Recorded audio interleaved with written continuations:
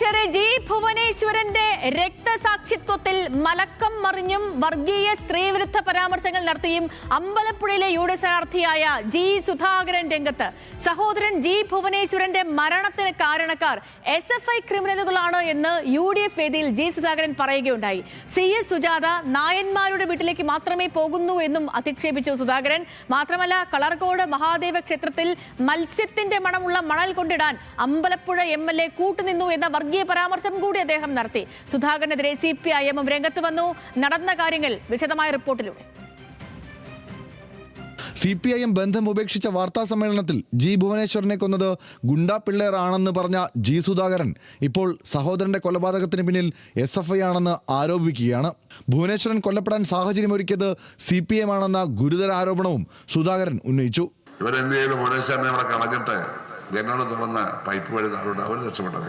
ആരെയും SFIക്കാർ വന്നവരെവനെയാണ് കാണുന്നത്. ആ നിമിഷത്തിന്റെ പ്രത്യേകതയാണ്. അങ്ങനെയാണോ സംഭവിച്ചത്? NK പ്രേമചന്ദ്രൻ അടക്കമുള്ളവരുടെ സാന്നിധ്യത്തിൽ വർഗീയവും സ്ത്രീവിരുദ്ധവുമായ പരാമർശങ്ങളും സുധാകരൻ നടത്തി. CPIM കേന്ദ്ര കമ്മിറ്റി അംഗവും അമ്പലപ്പുഴയിൽ LDF തെരഞ്ഞെടുപ്പ് പ്രവർത്തനത്തിന്റെ ചുമതലയുള്ള നേതാവുമായ CS സുജാതയ്ക്കെതിരെയാണ് അധിക്ഷേപം. അമ്പലപ്പുഴ MLA H സലാമിനെതിരെയായിരുന്നു വർഗീയ പരാമർശം. അതായത് മത്സ്യത്തിന്റെ മണമുള്ള മണലെ അമ്പലത്തിൽ അടിച്ചുകൂടാ. അമ്പലത്തിൽ വരുന്നവർക്ക് മത്സ്യം കഴിച്ച വൃത്തിയായിട്ട് വരാം, അത് വേറെ കാര്യം. അവിടെ ചില രീതികളാണ്. മത്സ്യമാംസാദികളൊന്നും ക്ഷേത്രങ്ങളിൽ പൂജിക്കാനൊന്നും വെക്കത്തില്ല. അവിടെ അടിച്ചു കൊടുത്ത് അവരെന്ത് ചെയ്തു? അവിടുത്തെ കമ്മിറ്റിക്കാർ ആ മണല് വേറെ വിറ്റ് കാശ് വാങ്ങിച്ചു.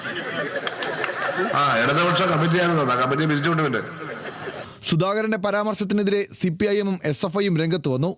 സമനില തെറ്റി വായിൽ തോന്നുന്നത് പറയുകയാണെന്ന് CPIM ജില്ലാ സെക്രട്ടറി R നാസർ വിമർശിച്ചു. സുധാകരന്റേത് സ്ത്രീത്വത്തിനെതിരായ പരാമർശമാണെന്നും സ്ത്രീകൾക്കെതിരെ എന്തും പറയാമെന്ന് കരുതരുതെന്നും CS സുജാത പ്രതികരിച്ചു. ജി ഭുവനേശ്വരന്റെ രക്തസാക്ഷിത്വത്തിൽ മലക്കം മറിഞ്ഞതും അധിക്ഷേപ പരാമർശവും ചർച്ചയാക്കാനാണ് CPIM തീരുമാനം. തെരഞ്ഞെടുപ്പ് കമ്മീഷന് പരാതി നൽകുന്നതടക്കമുള്ള നടപടികളെക്കുറിച്ചും CPIM ആലോചിക്കുന്നുണ്ട്. ന്യൂസ് മലയാളം, ആലപ്പുഴ.